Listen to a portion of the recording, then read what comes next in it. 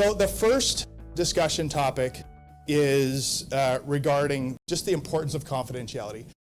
Why do we care about this? And I think for most business owners, they're quite private individuals and aren't generally going to be inclined to share, particularly when they're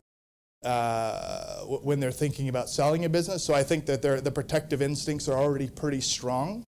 However, there are a whole bunch of very legitimate reasons why managing confidentiality in a transaction are important. So to kick off the discussion, Curtis, why don't you hit on some of the key points as to why we should be focused on this?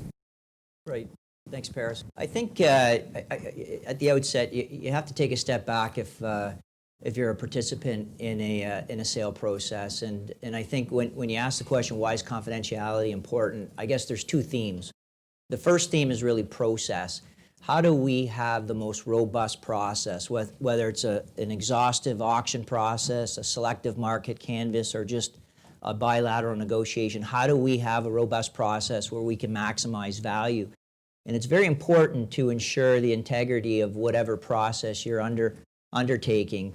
Bidders are going to want to make sure that there's a fair process, there's equal access to information, and that they can participate, allocate resources, and know that they've got a bona fide chance at being the selected market participant.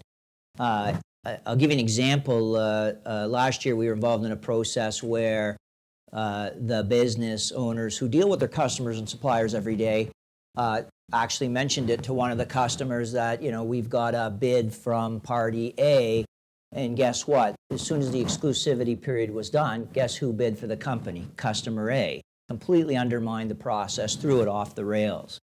And so ensuring confidentiality in the process is key. I think the second issue is just in terms of confidentiality of the business. And we're going to talk a little bit more about that this morning, but you really have to take a step back and look at the typical way we do that through a non-disclosure agreement or an NDA or a CA confidentiality agreement.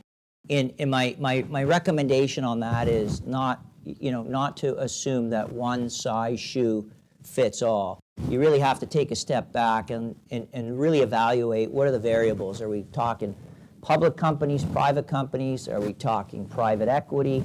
Are we talking strategic buyers? If we're talking private equity, do they have a portfolio company? So they're like a quasi-strategic and so forth. And so you really have to take a more customized, tailored approach to putting those type of arrangements together. So as a seller, you're protected, and you can enter the confidence of this process that you're going to be protected. As a buyer, that if you're not successful, that it's business as usual, and you can get back to business.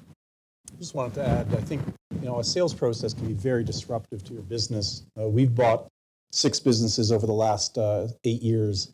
And I can tell you, every time we enter in a negotiation on a target, confidentiality becomes paramount to make sure that the business is not impacted at all. Because once people take their eyes off the business, or once staff or other employees, forget about, like we talked at length about customers, but my concern has always been how the organization itself is impacted. So having a process and having rigor around that process is paramount to making sure that if the deal does not go through, or even if the deal does go through, that the business has not been interrupted.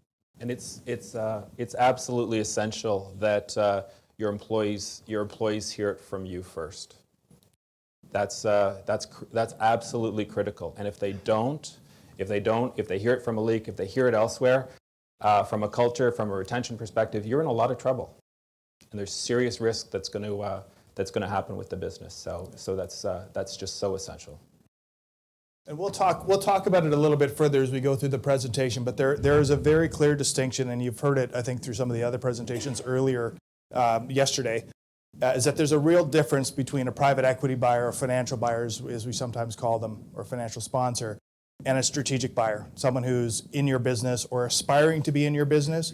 They might be a current competitor, they may be a potential competitor.